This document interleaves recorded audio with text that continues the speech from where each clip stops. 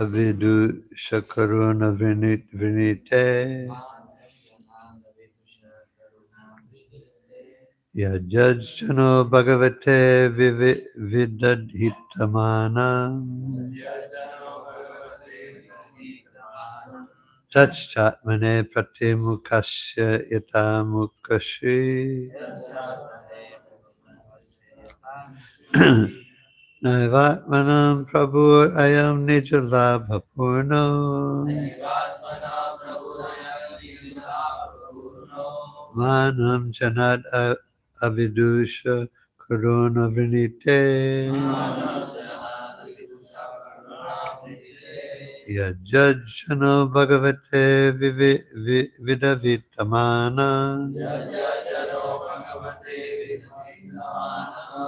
Taschatmane Pratimukasya Mukashi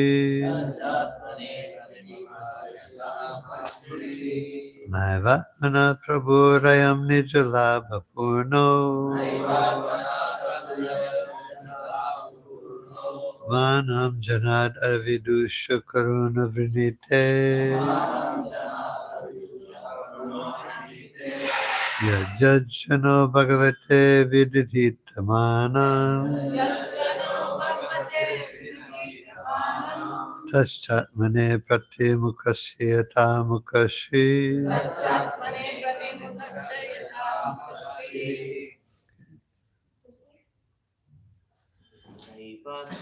Prabhurayam Nijalabha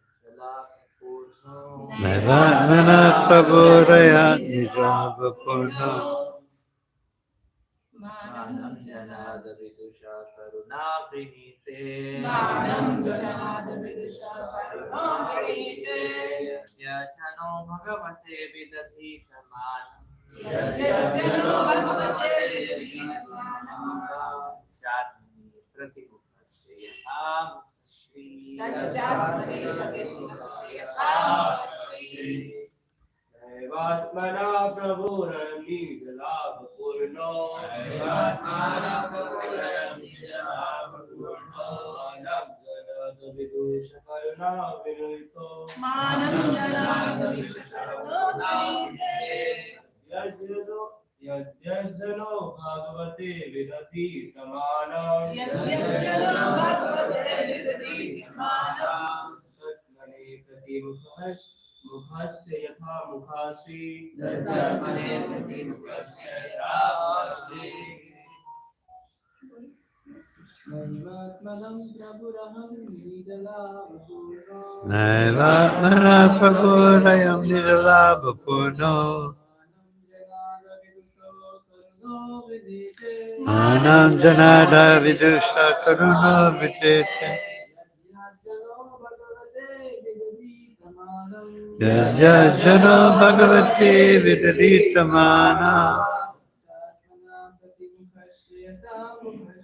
Tatsatmane Pratibhakasya Mukashi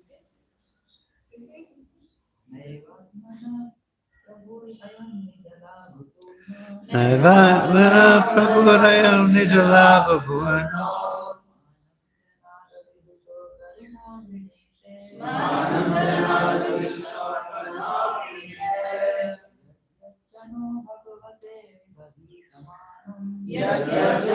Bhagavate Vidaditamana Tatsatmane Pratimukasya Mukashi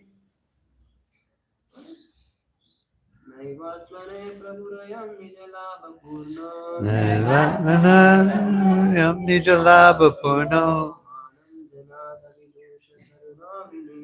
Manam Janada Vidusha Karuna Vinite Yajajjano Bhagavate Vidaditamana Tatsatmane Pratimukasya Mukashi Naivatmana Prabhurayam Nijalabha Purno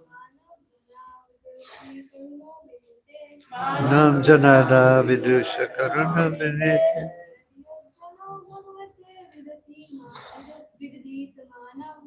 यज्जनो भगवते विदधीतमानम्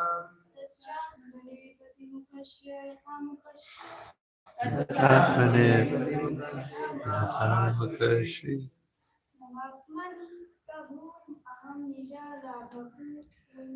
Navanapam Nijalabhupurno Nanam Yadada Vidusha Karuna Venite यज्जनो भगवते Itamanam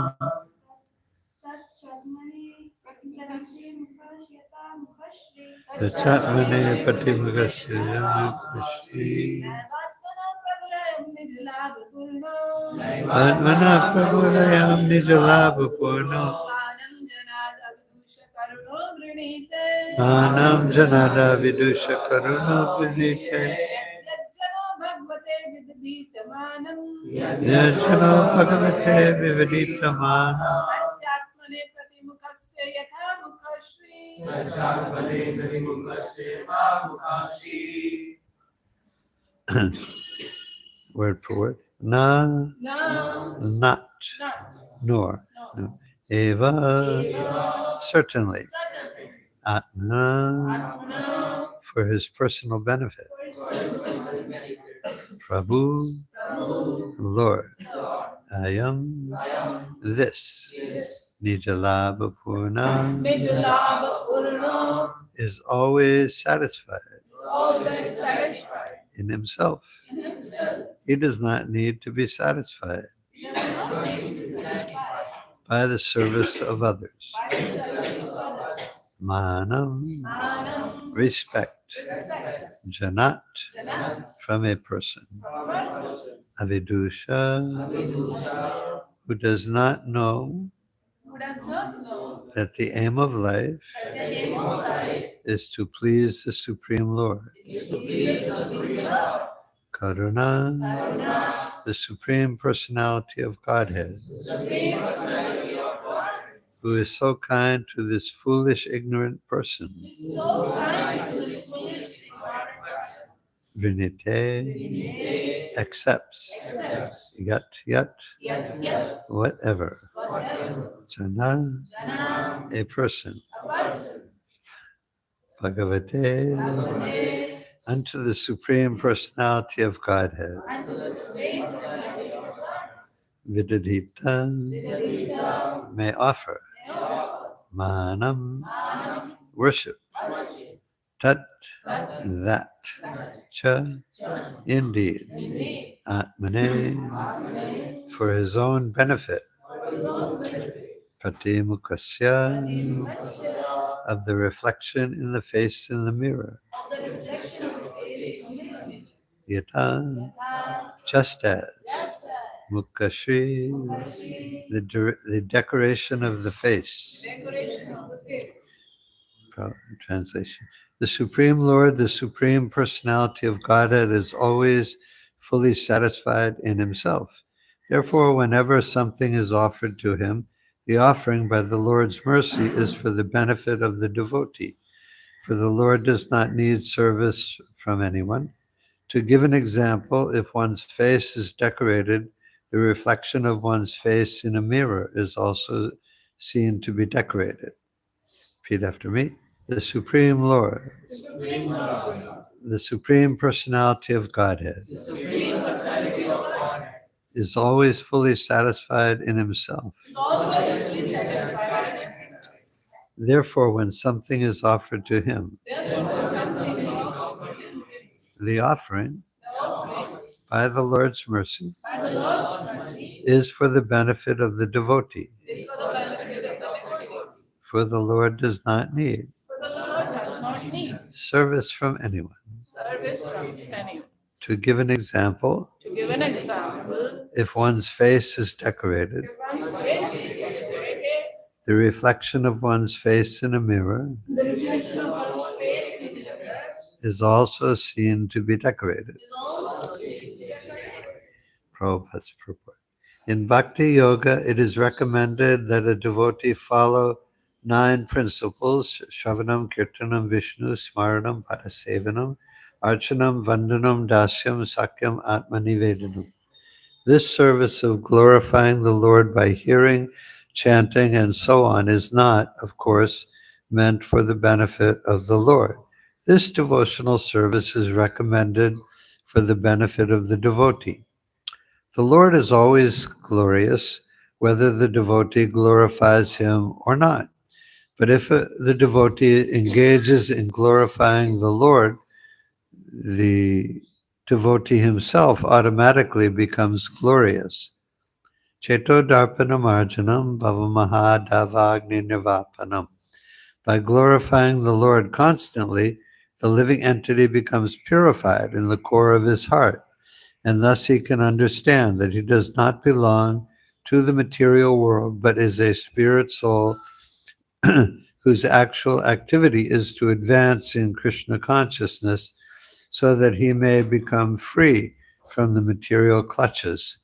Thus, the blazing fire of material existence is immediately extinguished. Bhavamaha davagni nirvapanam.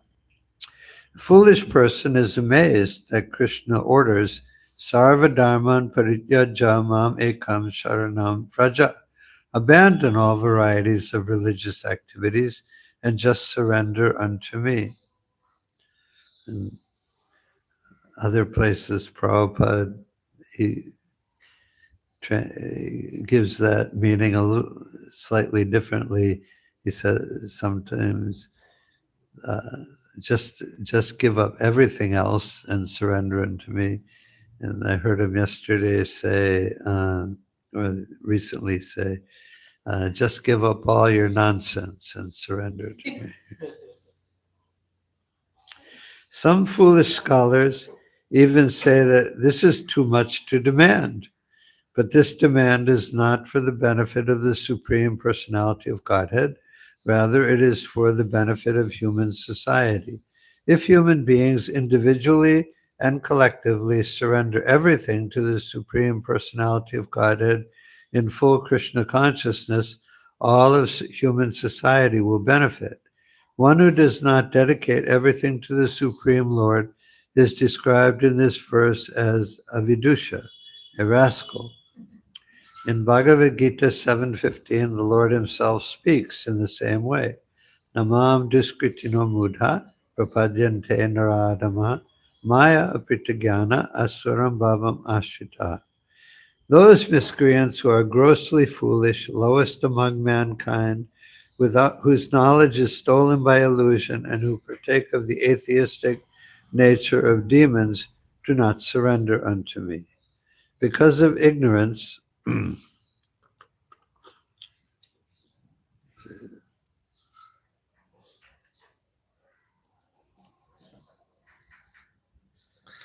because of ignorance and misfortune, the atheists and the Naradamas, the lowest of men, do not surrender unto the Supreme Personality of Godhead. Therefore, although the Supreme Lord Krishna is full in himself, he appears in different yugas to demand the surrender of the conditioned souls so that they will benefit by becoming free from the material clutches. In conclusion, the more we engage in Krishna consciousness and render service unto the Lord, the more we benefit. Krishna does not need service from any of us. Om Gyantimarandasya Gyananjana Shalakaya Chakshurmilitam Yena Tasmai Shri Gurave Namaha Shri Chaitanya Manobhishtam Sthapitam Yena Bhutale Swayam Rupa Kadamaya Tadati Svapadantikam Vandeham Shri Guru Shri Yuta Patakamalam Shri Gurun Vaishnavamscha Shri Rupam Sagrajatam Sahagana Raghunatam Vitam Tam Sajivam Sadvaitam Savadutam Parijana Sehitam Krishna Chaitanya Devam Shri Radha Krishna Padan Sahagana Lalita Shri Vishakan Vitam Cha He Krishna Karuna Sindhu Dinabandhu Jagatpate Gopesha Gopika Kanta Radha Kanta Namostute Tapta Kanchana Gaurangi Radhe Vrindavaneshwari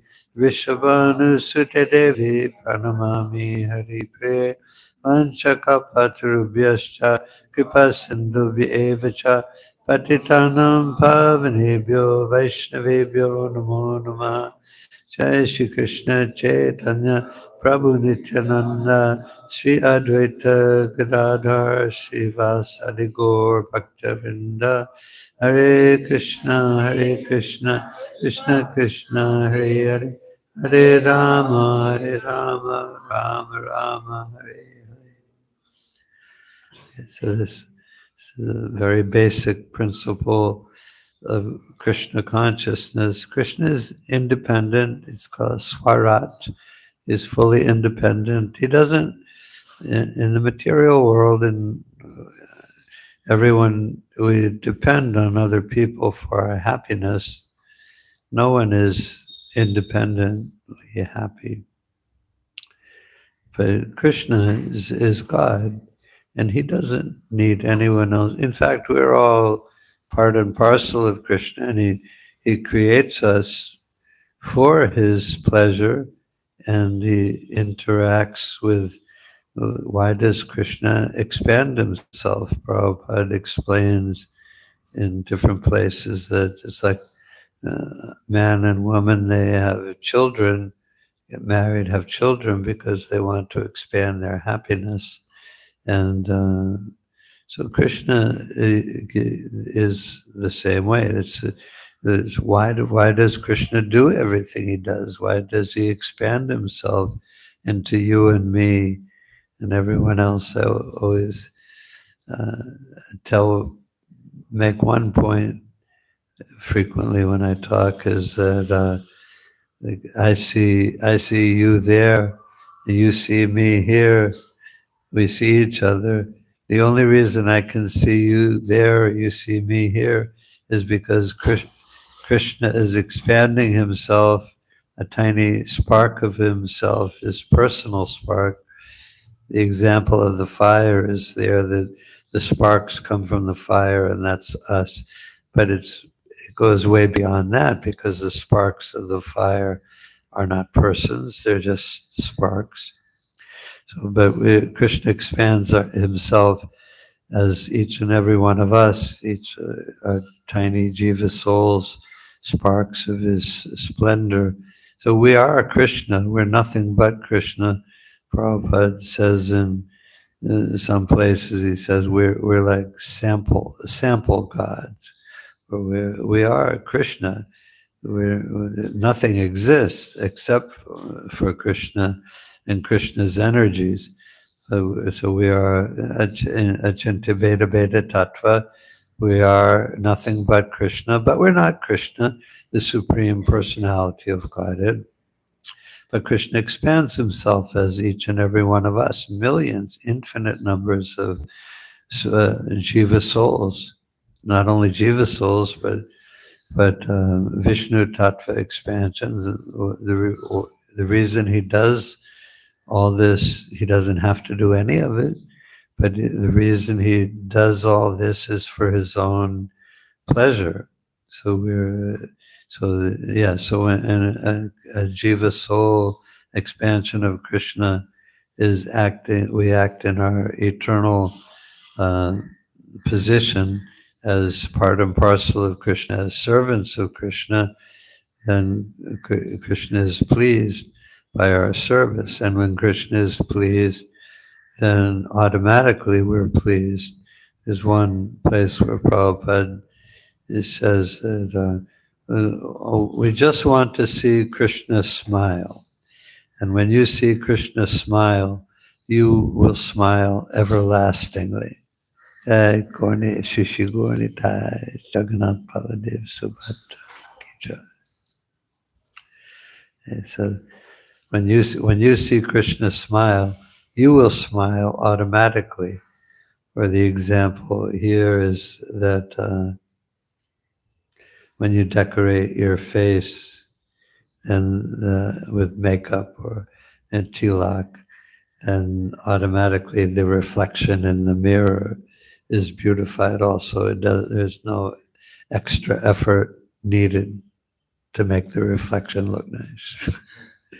But it simultaneously happens. So when we offer something to Krishna, we offer our life, uh, offer our time, offer our money, offer our words in Krishna's service, then Krishna is happy.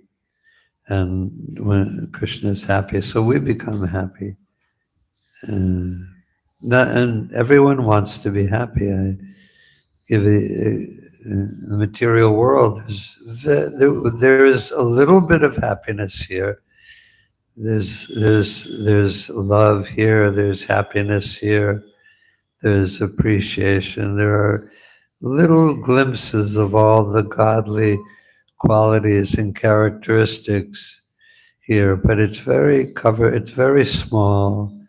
It's very covered over. But we have some idea we know what love is,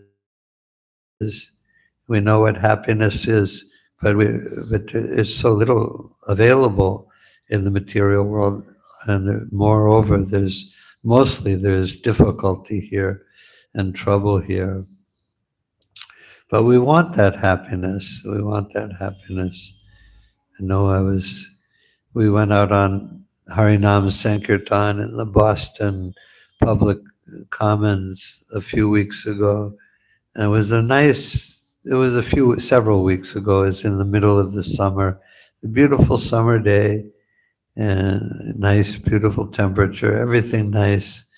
And it was a Sunday afternoon, so there was thousands of people out there walking around, and everybody's looking for some kind of happiness. That's why they go out on a nice summer day for a walk in the park, and they're looking for some happiness. But it struck me once there were thousands and thousands of people out there, but and then there was a couple of families with little kids, like 2, 3, 4 years old, and the little kids were like running around and laughing and jumping and doing, just having fun, just playing as little kids, and they were kind of happy. And everyone else, even when they just get a little older, like 8, 10, 12, 15, certainly all the adults, everyone is out there for happiness, but the only people who actually look happy are the little children. And in a few years, they'll be 8 or 10 or 15 or 50 years old, and they won't look happy anymore either. They'll be looking for happiness, but they won't be happy because the material, the children learn very quickly that the material world is a very difficult place. They learn it, and it's reflected in their face and their behavior. But everyone is still trying for happiness. We can't help but try for happiness. Like if you put a plant on the windowsill, and the sun is over farther to the right, the plant will grow towards the sun. It has to seek the sun. So the condition of the jiva souls, we have to seek happiness. We're pleasure seeking by nature because Krishna is full of pleasure, full of happiness. That's what we want, love. We want happiness, and we're constantly looking for it. So the devotees, I got to the temple last night and doing Harinam on the sidewalk out front. It was really, really nice. And the devotees are all smiling and dancing, and you're happy. And and that's what we want. And we automatically become happy when Krishna is pleased. So, and it's the simplest thing to understand. Any close friends even in the material world, close friends or family members. If the parents give their, like in at Christmas time in the morning in the Christian households, everyone opens, the kids get up real early and can't wait to open their presents that are underneath the Christmas tree. And and of course, the parents bought all the presents, and they tell the kids that Santa Claus brought the presents, but the parents brought the presents, and the kids are really excited. I remember when I was a kid, little kid, you get really, really excited, and you can't wait for your parents to get up, get out of bed, so you can open your presents. And when the parents see the children open their presents and they like the things that the parents bought them, then the parents are happy when they see the children are happy. And it's like that in any close relationship. So the devotees are happy when we see that Krishna is happy. And Krishna is happy when he sees that his loving, faithful servants are happy. It's not Krishna consciousness is spiritual life is not a one-way street. A lot of religionists, definitely in where I'm familiar with in the United States, the people not overtly, but there's like a consciousness, a sort of preaching. There's preaching, directly preaching that God is just looking at us and like checking off boxes, like you did that, you did that, you didn't do that, you didn't do that, and you really sinned over there, and that was really sinful, but that was pretty good. That was pretty good. A lot of people have an idea of God like that, like just sitting back and looking at us and saying, I don't know. Yeah, that was pretty.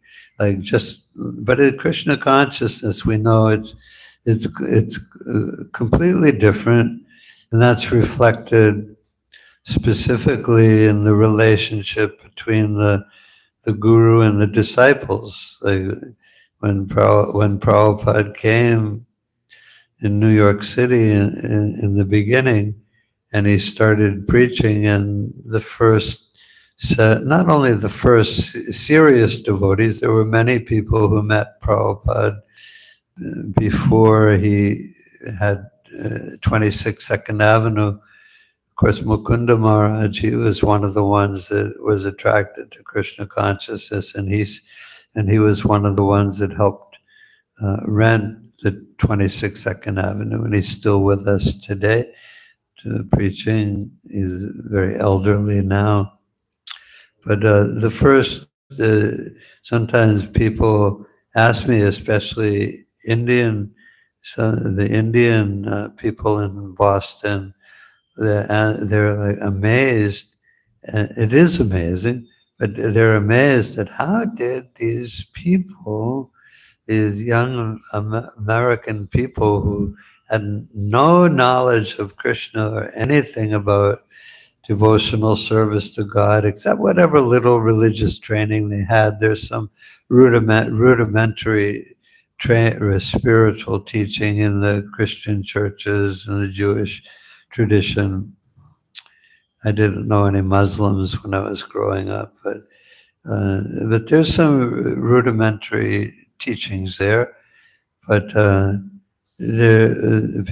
Indian people especially are amazed. These young American boys and girls, and this Indian Swami comes and starts preaching and telling them, give up sense gratification, follow the regulative principles, and chant Hare Krishna, surrender to Krishna. Krishna is the supreme personality of Godhead, and your only duty, your only business in life is to surrender to Krishna and do everything for him. And very, very quickly, those first disciples, they were like, okay, I'll do it. And I remember when I first met the devotees in 1970, and I met the devotees on Harinam, and they were out on a Saturday night. Same thing, summer night in Boston. Everybody's out for sense gratification. I went there to a movie with a girlfriend, and we came out of the movie. Beautiful night. Everyone's there, and we heard the sound of the mridanga and the kartals, and we said, "Hey, let's go see what that noise is." And we walked across the street, and there was like 30 or 40 devotees out there doing a big fired up Harinam Kirtan.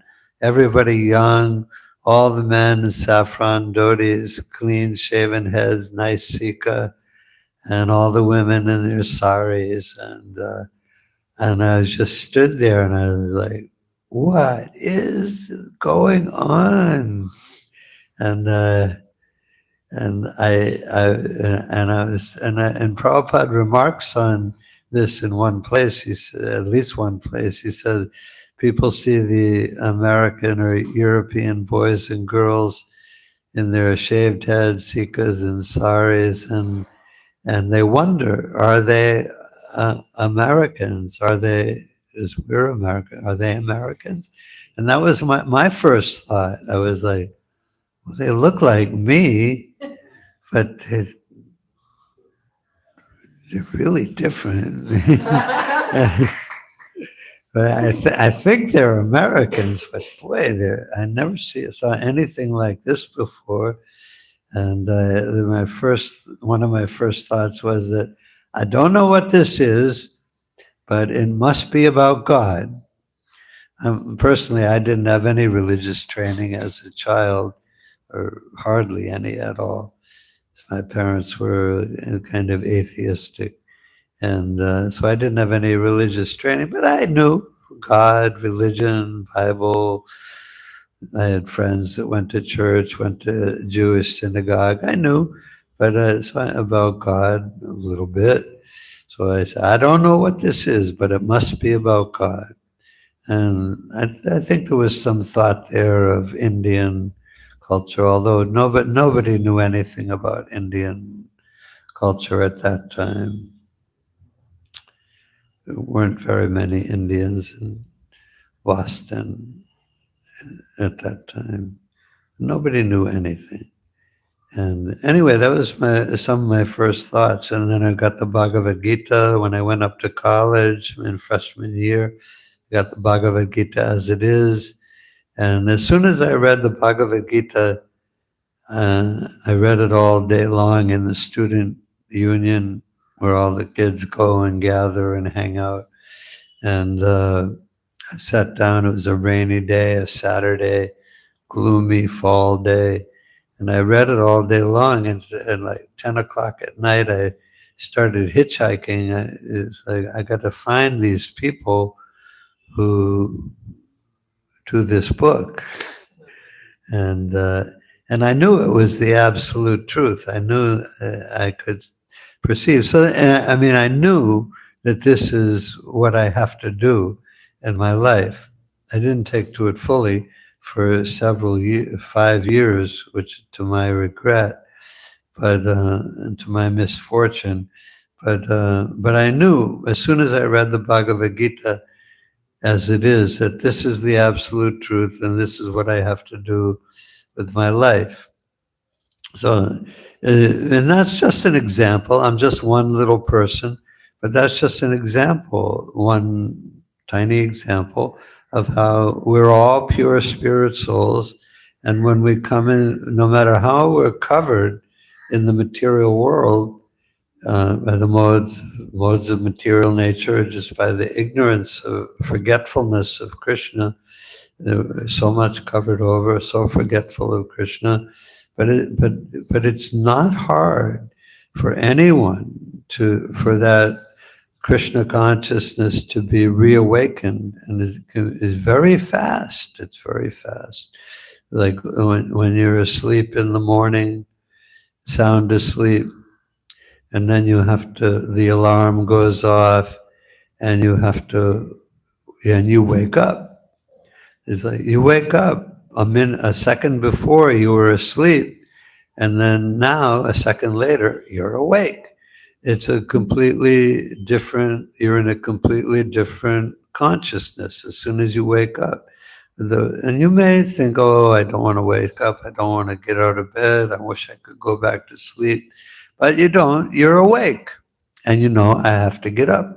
I have to do stuff now. I got my school and my work. I got to cook. I got to do this. I got to do that. So many things. As soon as you wake up, all that comes back to you right away. So Krishna consciousness is exactly like that.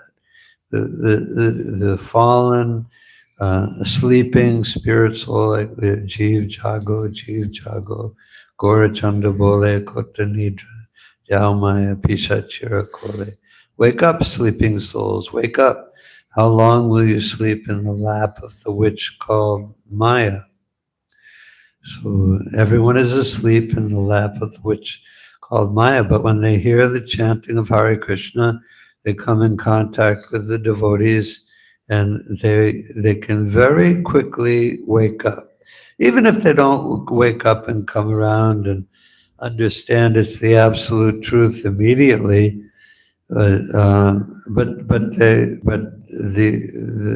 the Hare Krishna mantra enters their consciousness. It pierces through all the material coverings and goes directly to the heart of the spirit soul, and the spirit soul begins to wake up. It's the power of the Hare Krishna Maha Mantra is irresistible. No one can resist the influence of Sri Chaitanya Mahaprabhu. There's one verse in the Chaitanya Charitamrita that I have on my door, printed out on my door in Boston. It says, no one can escape the loving network of Sri Chaitanya Mahaprabhu. So you can't escape. Especially now, there's nowhere to go. There's nothing else we can do, and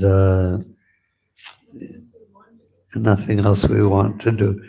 And even sometimes devotees want to do something else, but then may go away for a while from Krishna consciousness. We see that very often, definitely in the United States. People leave Krishna consciousness for a while, but they can't leave. There's one verse in the Bhagavatam that says, once one has tasted a drop of the nectar from the lotus feet of the Supreme Personality of Godhead, he can do nothing but remember that taste again and again. So the taste of Krishna consciousness remains, and no matter how much you try, no one can ever forget that. And even if they leave for a while or for the rest of their life, Lord Chaitanya will not leave them, and he will bring everyone. He brings everyone back. He doesn't let anyone go. He doesn't reject anyone. So anyway, we're doing everything that we do. We're doing for the pleasure of Krishna, and we become automatically pleased. Oh, and then I was going to tell you, when I didn't find the devotees that night when I left hitchhiking in them at 10 o'clock at night. I hitchhiked to a town in Connecticut about 100 miles away where I thought the devotees lived. But I realized later it wasn't the Hare Krishna devotees, it was the disciples of Sri Chinmoy. And I didn't find them either. Didn't find anyone. I went to the wrong town. And I slept overnight in a jail in the police station. I didn't get arrested. They let me sleep there. And then I hitchhiked back to my college the next day. And then on Christmas vacation, the end of 1970, I went to the Boston Temple, and and and the devotees. As soon as I went there, it was greeted very warmly by all the devotees, and they were all very friendly and welcoming. And they brought me in, gave prasadam, preached to me, and the first thing they did was told me about Prabhupada and told me about Krishna, and they told me I'm not the body, and yeah, and they told me. Of course, I had read the Bhagavad Gita. I knew something about Krishna from the Bhagavad Gita as it is, but then when I came to the temple, they showed me pictures of Krishna as a boy going out and with his friends taking care of the cows, and they said, "Oh, that's Krishna. He's God. He's the Supreme Personality of Godhead, and he's a small bluish colored boy. He takes care of cows." And of course, I didn't know. I had no idea. I had no real conception of God at all, except like a big judge on a throne sending this person goes to heaven, this person goes to hell, just like a big judge on a throne. That's a lot of people have that, more or less that conception. But they said, "Oh, this is God. This is Krishna is the Supreme Personality of Godhead. He's a little boy and he takes care of cows, and his color is a bluish color." And I was like, "Oh, okay." It's not hard to accept. It's not like, "Oh, these people will never understand. This is such a foreign concept to them." Yes, it's not a foreign concept. I always make the point when we preach, certainly in the United States, where nobody really knows anything about Krishna. Well, more and more people do. Krishna consciousness has been there for 60 years now, so there's some familiarity among a lot of people, but mostly people are still very ignorant. And you could say, well, how could they ever accept this about Krishna, the Supreme Personality of Godhead? He's a little boy and he takes care of cows. That's God. But it's not hard to accept. It's not hard to understand because we're eternal part and parcel of Krishna. Krishna consciousness. We're not telling anyone anything new. We're just reminding them of what they know, but what they've forgotten. Always remember that when you're preaching to anyone. Of course, in India, it's different because everyone knows Krishna, but there's confusion here too. But everyone is essentially Krishna conscious in India. The specific benefit of taking birth in India is a great benefit. It's one place in the one purport in the Bhagavatam, Prabhupada says that taking birth in India is the highest birth in the universe, and it is because taking birth in India means you have a natural tendency to want to worship God.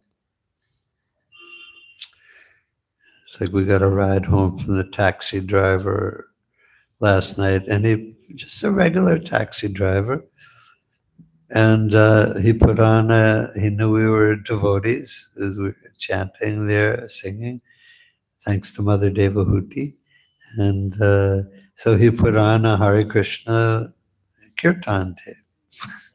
You don't find that in the United States, but in India it's normal. Why not? Why not? So anyway, preaching in India is a little different. than preaching in the United States or other places in the world that are much more heavily covered over. But that's the basic principle of preaching. Always remember that we're not teaching any people something new. We're just reminding them of who they've forgotten, of who they are. Oh yeah, and just one more point that and the reason that all the young men and women in New York and then San Francisco and then Montreal and then Boston, those three temples started almost at the same time. San Francisco, Montreal, and Boston in 1967. Of course, New York was first. And and all the young men and women there, they came from out of nowhere, from out of total ignorance, total Maya, and took to Krishna consciousness very quickly. And and it took to wearing dhotis and shaving their heads, and women wearing saris, and everyone wearing tilak, and everyone learning the Sanskrit mantras and chanting, following the so-called Hindu religion. Is the reason everybody did everything is because whatever they did, if they chanted Hare Krishna, they saw that Swamiji, he wasn't known as Prabhupada till a couple of years later, but they saw that, Swamiji likes it when I chant Hare Krishna. Swamiji likes it when I shave my head. Swamiji likes it when I wear a dhoti, sari. Swamiji likes it when I do this and when I do that. So the reason that everybody did, all the devotees did everything they did, and the reason that we still do what we do today, follow everything in Krishna consciousness, is because Prabhupada likes it. Your spiritual master likes it. And you want to please your spiritual master. You want to make him happy. And when you do that, when you see he's happy, then you become happy. It's as simple as that. There's nothing complicated about Krishna consciousness. Everything is very simple, very straightforward, very common sense. Prabhupada uses, and the Srimad Bhagavatam uses so many analogies that we can, from our life in our ordinary life, that are easy to understand.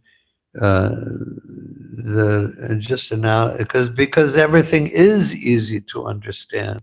There's nothing complicated about Krishna consciousness. So we should, of course, you get, like if you become a pujari or a Brahmin doing rituals, fire sacrifice, or if you're like a scholar and you learn Sanskrit or learn Bengali. Bhaktivinoda Thakur predicted that people would learn Bengali just so they could read the Chaitanya Charitamrita. Was it Bhaktivinoda Thakur who predicted that, or was that Bhaktisiddhanta Saraswati? It was one of them. Predicted in the future people will learn Bengali just so they can read the Chaitanya Charitamrita. And so, if you're a scholar, very great scholarly tendencies, or a Brahmin doing rituals or chanting all the mantras, then there's still nothing there's still nothing difficult or complicated, but there are many things you have to learn. But for the average devotee, definitely the average devotee in the material in the United States or most of the world,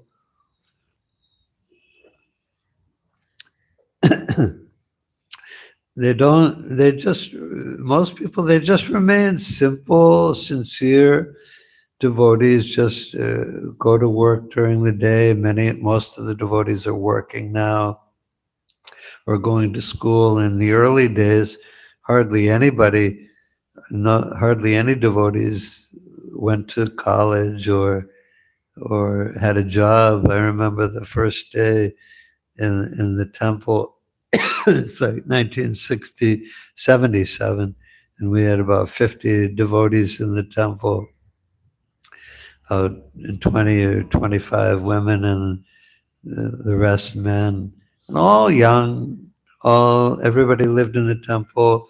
Everybody just did their service every day, whatever it was. And then the head pujari, his name was Kaliya Krishna. And one day he was married. I don't think he had kids yet. He might have had one little kid. But they lived in the temple. And one day he came down at like 7 in the morning, still during the morning program, and he had a suit and tie on. And everyone was like, why are you dressed like that? He's like, I got a job. And it was unusual. Now, now most of the devotees, and if you were in college back then, it was normal. It was not only not unusual, it was pretty normal for the devotees to preach to you when you started coming to the temple, and they saw you were serious. They'd say, "Oh, you should just drop out of school and move in the temple." And a lot of devotees did that. Giriraj Swami, after met Prabhupada once or twice, sometimes devotees would be in high school, like 16 or 17 years old or 15 years old, and they'd be attracted to Krishna consciousness, and they'd start wearing their dhoti and tilak to high school. And sometimes there's one devotee who lives in Alachua in Florida now. There's a huge Vaishnava devotee community there, and name is Soma, and he was a high school student in a town near Boston, like 16 years old, underage. You have to be 18 to make your own adult decisions in the United States. But he got very attracted by reading one of Prabhupada's books. And he started wearing a dhoti and tilak to school. And within a couple of weeks, he moved into the temple. He got permission from his mother and father, and he moved in the temple. And that's a little unusual for that age, but 18, 20, early 20s, not unusual at all. And it was good. It was fun. And you knew you were doing the right thing. You knew you were doing what you should do. And nowadays, the term spirit, even when we preach, or when people talk, or any ordinary person in the United States will talk about, yes, I'm a very spiritual person, or I like spirituality. They think spirituality is something they can do as like play tennis once in a while, or go to the movies or ride your bike. Spirituality is just like another thing you can do, and like a hobby or something. But the spiritual, we're not material beings becoming spiritual. We're spiritual beings covered by materialism, so we're material illusion. So anyways, go on, but Does anyone have anything they'd like to say? Questions or comments? Prabhuji, what about that? Like you and Niranjan Swami Maharaj was in the same college, and there was some program going on in your college. What was that? Yeah, he was. We were in one section. It's a big college. At that time, it was like 20,000 students. It's much big. What? No, UMass in Amherst is about 100 miles from Boston, and we were freshmen. We were both freshmen in the fall of 1970, and we lived in this one dormitory section of the university. There were several dormitory sections, and we lived in what the name of the section was Southwest, and it was the typically known in UMass slang as the zoo, the zoo,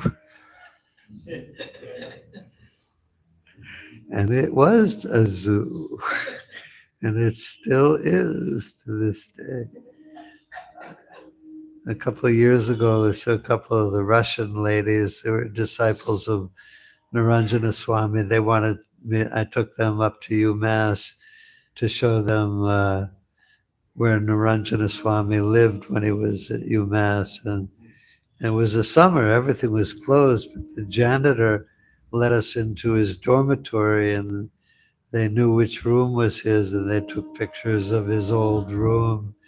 Anyway, he was in the dormitory next to mine, and his dormitory was known as uh, as the freak dorm. Freak meant like the real hippies, and they smoked a lot of marijuana. Everybody did, but there was specific. That was where he lived. He didn't stay long in college either. He met the devotees soon afterward, and he joined the temple soon after he met the devotees. I think in 1972 or three. It took me longer because he's much more intelligent than I am and much more surrendered. So he moved in the temple really fast. But yeah, we were freshmen the same year. We didn't know each other. There was a couple other devotees who lived in his dormitory too. People who very shortly after became devotees and moved in the temple.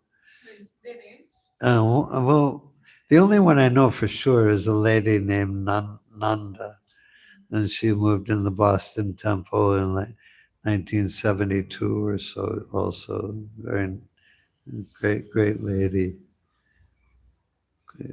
Was there a program in your university by the Hare Krishnas you mentioned? Not a regular program. The devotees at that time they came up.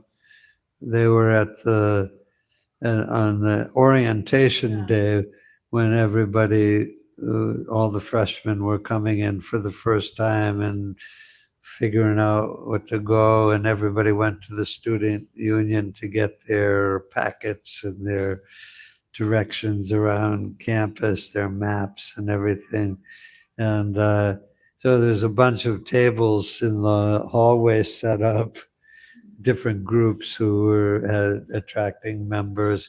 And one of the tables was, there was 3 or 4 devotees from the Boston temple who had come up and set up a table there and had books and everything. And they had, in the Boston temple, we have Radha Gopi Vallabha, which are the same as the original Radha Madhava in Mayapur, and they're same deity mold, same mold.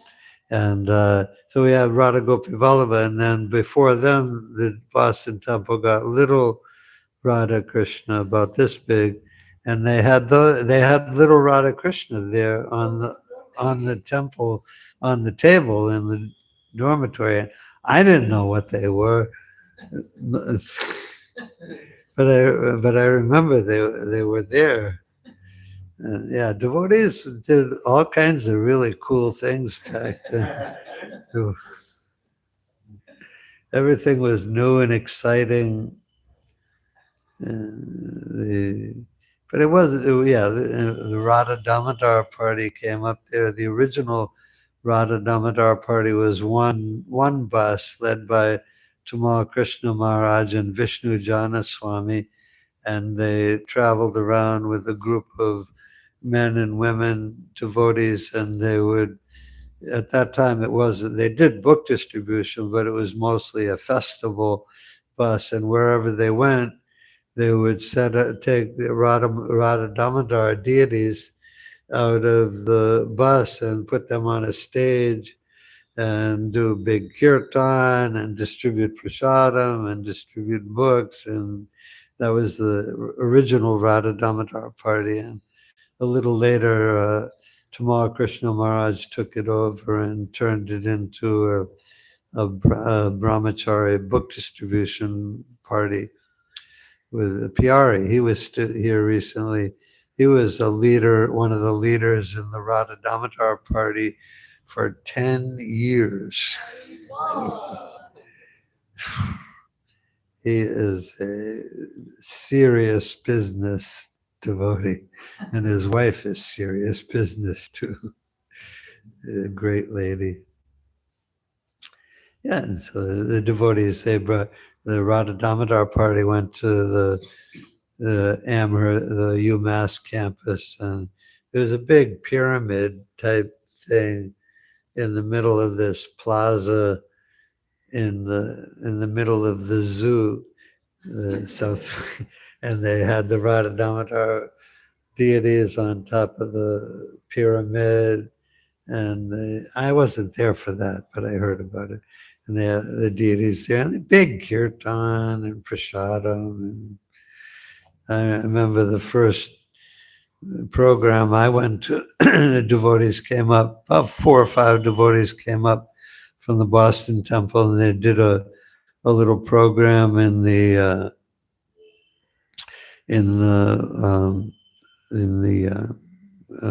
gathering room in that dormitory, at the zoo, and they had put up flyers on the doors of the buildings all around campus, and I think I've seen these people before. I think this is who I saw in Boston, and that night, and I went to the program at the dormitory, and they did kirtan, and then one devotee gave a lecture for about 15 or 20 minutes, and then they brought around this big plate of Simply Wonderfuls. And the Simply Wonderful, they're about this big, and they had raisins in them, and they said, "You can take one." I took one, that was the first prasadam I ever had, and it was really amazing. It was definitely simply wonderful. And then they came around, a few minutes later, he came around with the tray again, and I was like, "You mean I can have another one?" And he said, "Oh yeah, take another one, take another one." And I took that, and that was my first prasadam. Anyway. Anybody has any question? Hare Krishna. Hare Krishna. Hare Krishna. So I'm visiting, I'm new to this group. I just came in yesterday and found out that there's a class. Yeah. I walked in, and there's the taste that never fades. So I've been practicing Krishna consciousness. Devotees, but I'm also a grihastha. I have many responsibilities. One grown-up kid in college. My daughter, she's 10. There's business, and there's team members, and there's. So my thing is, like with my Guru Maharaj, okay, maybe in 5 years I'll be ready, or maybe 3 years, maybe 2 years. So I'm like, okay, I need to do a lot more. Ready for what? Ready for doing more work. Like Mukund Leela Prabhu so nicely, created this environment. Yeah. So as a grihastha, doing work, it becomes like, okay, let me postpone. I know the taste. Yeah. I go on yatras. I meet devotees. I love it. I know this is for me. Yeah. But there's that. Okay, that day will come. Yeah. So I know. what is the advice for someone who's Just- caught up? Yeah. I mean, I know it's hard. I was married for a while. I had a job. I went to work every day. And it's very involving. It takes a lot of time and energy. I lived at the temple, so I was at the temple in the morning, in the evening, and on weekends too. And my wife was a pujari, and so I mean I had already lived in the temple for quite a while before I got married. So, but anyway, I know how involving it is when you're out there and you're married and you have kids and you have to make money and you have to take care of the family. Those are your responsibilities. So do it. I mean, and do what you have to do, but in your mind, in your heart, no, you know who you are. You know you're a devotee. You know what you want to do, and you're doing so much already. You're following your spiritual master. You're a servant in Prabhupada's mission. Well, just keep doing what you're doing, and you know it's individual. Everyone goes in a certain way, but householder life is extremely involving. But just be Krishna. Just be Krishna conscious. Krishna is pleased with your sincere efforts. He knows who you are. He knows your situation. He knows your mind. He knows he knows everything about you, and he knows exactly how to guide you to increasingly progress more and more, minute by minute, day to day, year by year. I'm not saying we should take it easy or be lackadaisical, but I am saying that I know how hard it is. I know the difficulties, and if I know the difficulties, Krishna definitely knows the difficulties. And Krishna is patient. So, but you're already doing so much. Like I just was in England, in the UK, and I went to 3 temples there. I went to the Manchester temple, and there nobody lives in the temple, but they all gather there on Sundays and one other day during the week, and everybody is married. Everybody has their kids. Everyone has their jobs. But when I saw it, when everyone comes to the temple on the Sunday, all the devotees are such good devotees, like really nice. It's really good. There was last Sunday they did they read the whole Bhagavad Gita together in unison, all 18 chapters of the Bhagavad Gita in just the Sanskrit. This is in Boston we do it, but we do just the English. But they did just the Sanskrit, and they all chanted all the verses, 3 verses at a time, with a couple minutes break in between, but three verses at a time, and there was like 150 devotees in the temple, and it's a small temple. It's if you draw a line from there, from here, It's maybe about this big, the whole temple room, and there was like 150 devotees in there. I told them afterwards. I told them if there had been like 150, they were all Indians, almost all Indians, a couple English regular English people, but I told them if this was in the United States with American people, within 5 minutes everybody would be punching each other and kicking each other.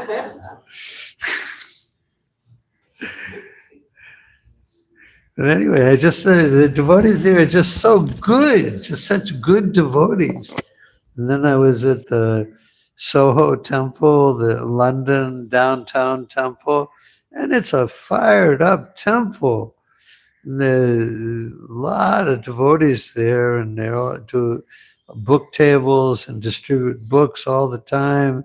Every day for noon artik, there's like 50 devotees, 50 visitors coming to the temple for noon artik, and they have an hour-long class right after that. There's such good devotees, and it's fired up temple. And then I was in the Bhaktivedanta Manor yesterday for 2 or 3 days, and it's just this incredible, amazing temple outside of London, the building that George Harrison gave to Prabhupada in the early 70s. And it's just an amazing temple with so much going on and so well organized and so many guests coming every day. Everywhere I go, Boston, of course, New York, Gitanagari, all the temples I'm familiar with. Just all the devotees are such good devotees. Just the sincerity is all over their face, and their dedication, their sincere desire to become purified and just be a good devotee. And that's what Krishna wants. Just be a devotee. Be who you are. Don't take it too easy. We always have to push ourselves, and and Krishna is always pushing us from within and without. Krishna's very a good teacher is always like, come on, you can do it, you can do better. And a good teacher is always encouraging us and instructing us and pushing us and pulling us. And so, yeah, you know what I mean. Just be a devotee. Hare Krishna Prabhuji. In addition to that, because like in householder lives, especially when we have kids, so for their security, we want to earn money. But like how to define that limit, how much money to make, how to do an honest business. Can you just tell what you used to do with the $8 you? Well, yeah. That was when I first got married. And when I moved to Gitanagari, I did my own business. But how you were making contribution to the temple? Yeah. Always just keep Krishna in your forefront. Always keep Guru and Krishna as in the forefront of everything. For millions of births. Is that the train? Oh. I thought it was a conch shell. I thought it was a...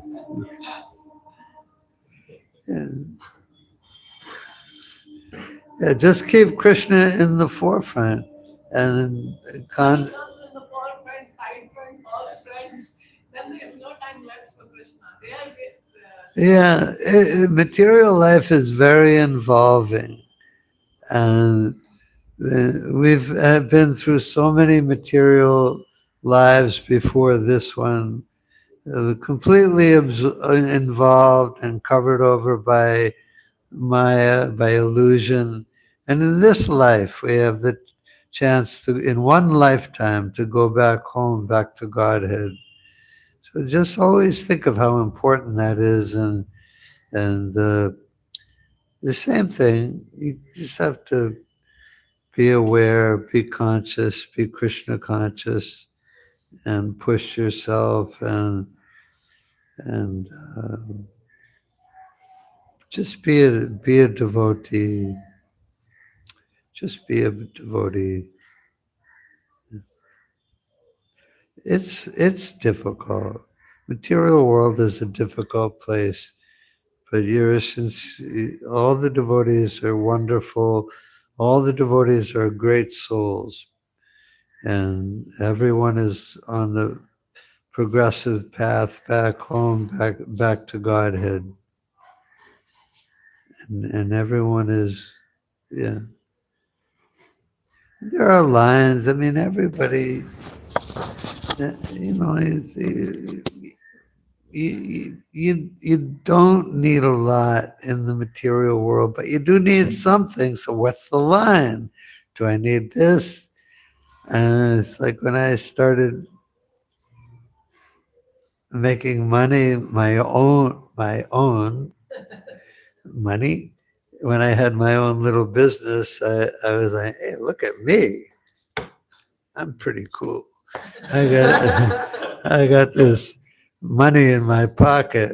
And before that, I had been a brahmachari for 15 years. And the first couple of years I was married, we didn't need hardly anything. But then when we moved to Gitanagari, we needed more. So I started that little job selling flowers, and it was successful. And all of a sudden, I had money in my pocket, and I was like, "Whoa, this is weird." And and the thing is that money is addictive. When you start making your own money, it's addictive, and you think, "Look, pretty. It is. It really is."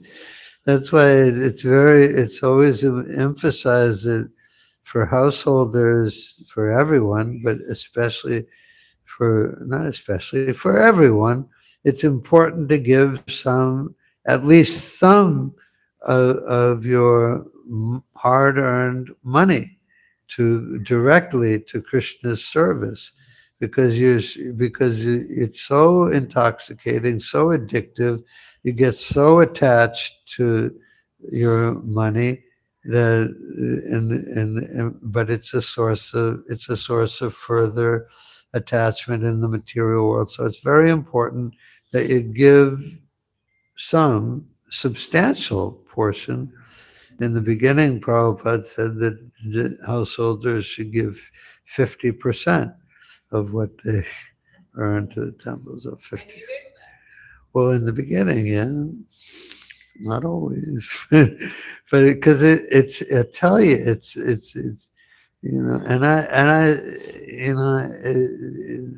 money is a big attachment, and it's too easy to over collect and over endeavor for material things that are difficult to achieve. It's very easy to get into that, especially when you have a family. Anyways, what can I say? Everyone knows. It's just like I always say, and Prabhupada said that we have our sannyasis and our brahmacharis and our renounced householders. We had this one devotee in Gitanagari named Mother Kalini, and she was such a highly respected devotee, and she was all the big sannyasis who came and visited there, like Tamal Krishna Maharaj and Satsvarup Maharaj and Bhakti Charu Swami, and all the big sannyasis, Radhanath Maharaj, when he visited there, they all respected her as much as any sannyasi. She's a great lady. And so there are many very great, very renounced brahmacharis, sannyasis, and women, very renounced Mataji's also. But our philosophy is renunciation for everyone. Everyone in ISKCON philosophically is a sannyasi. Nothing belongs to me. I don't own anything. Krishna owns everything. My only duty, my only business is to surrender to Krishna utterly and surrender to Krishna. And Prabhupada says here that some foolish scholars even say that this is too much to demand, abandon all varieties of religious activities and just surrender unto me. The people read the Bhagavad Gita and Krishna says that, he's Krishna, and people, Prabhupada said, people are like, I like the Bhagavad Gita, there's so many good ideas in it, good ideas, but Krishna, he just wants too much.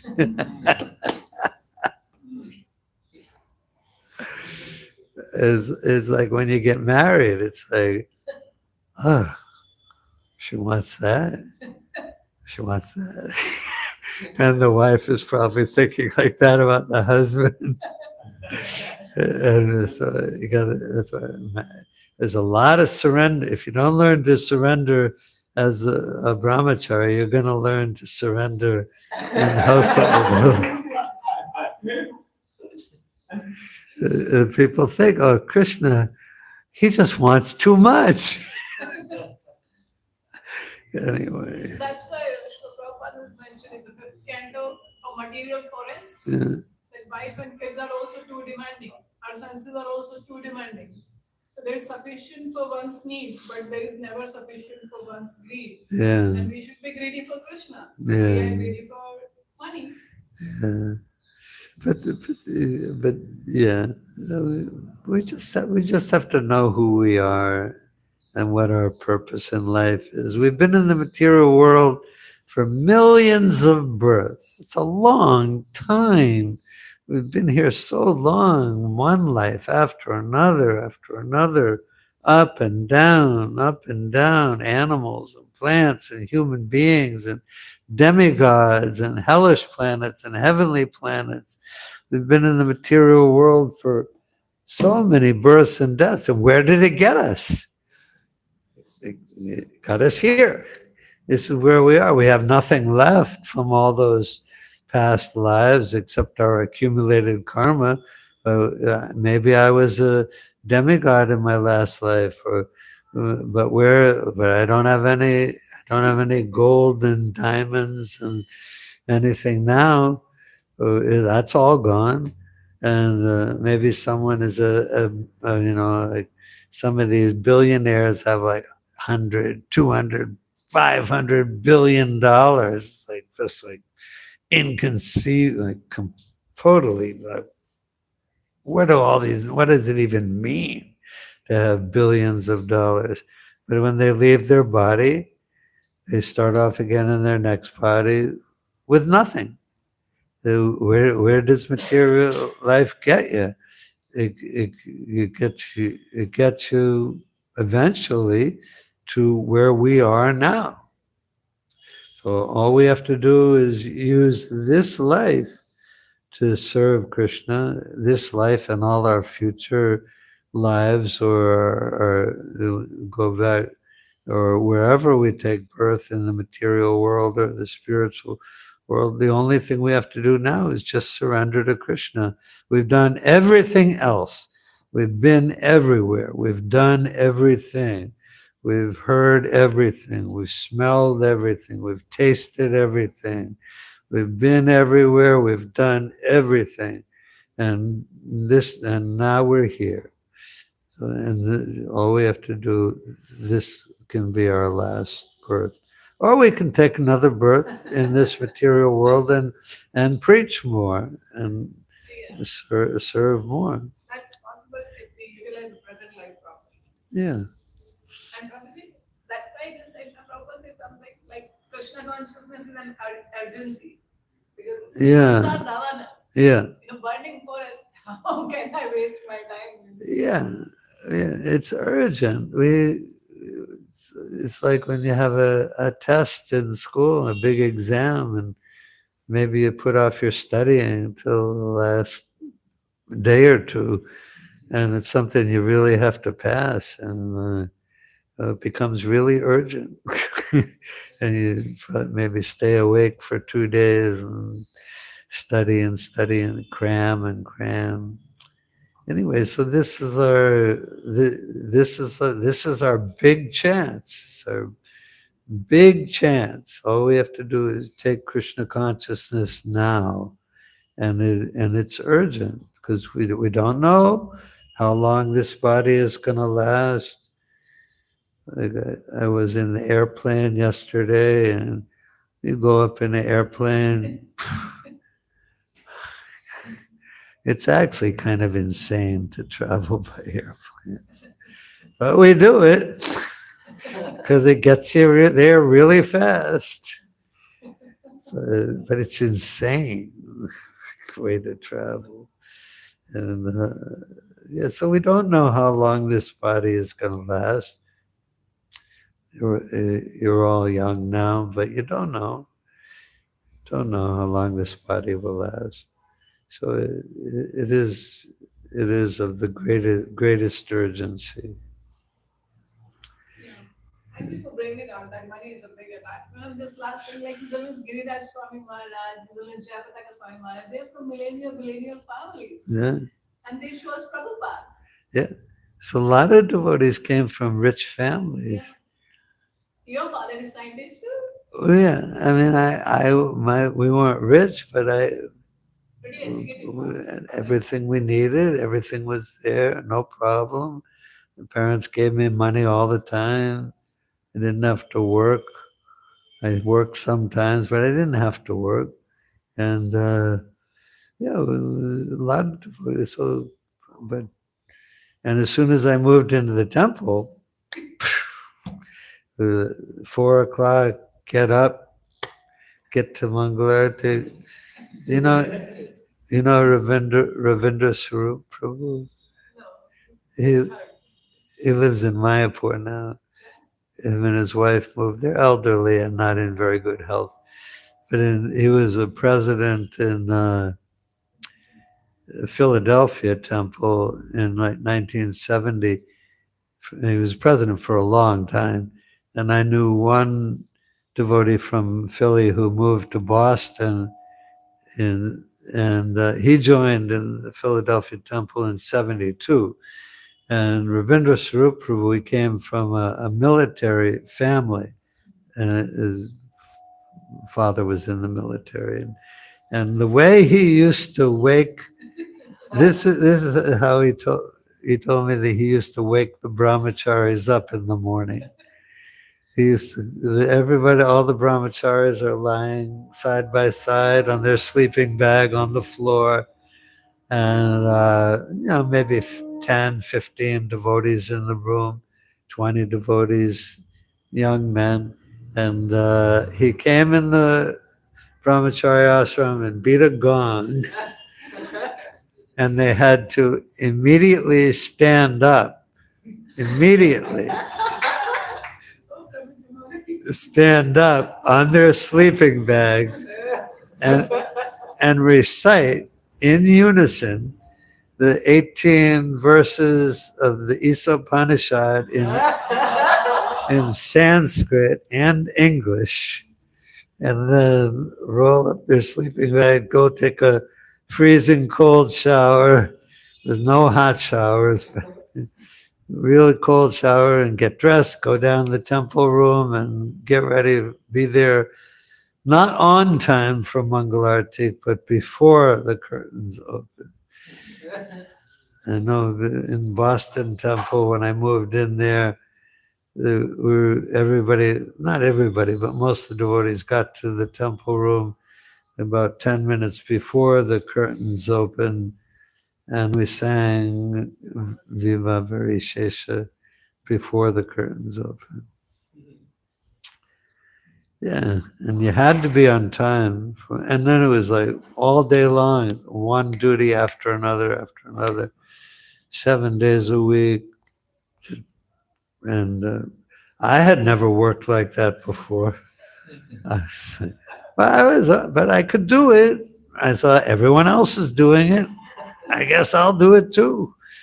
And I was young and healthy, and we were all young and healthy, and we could all do it. And we did it, and it was good. Okay, we better. Yeah, it's so nice hearing you. We can hear more, but very much tired. It's very nice. Yeah. So yes, we can take medicine. Okay. All glories to Srila Prabhupada ki jai.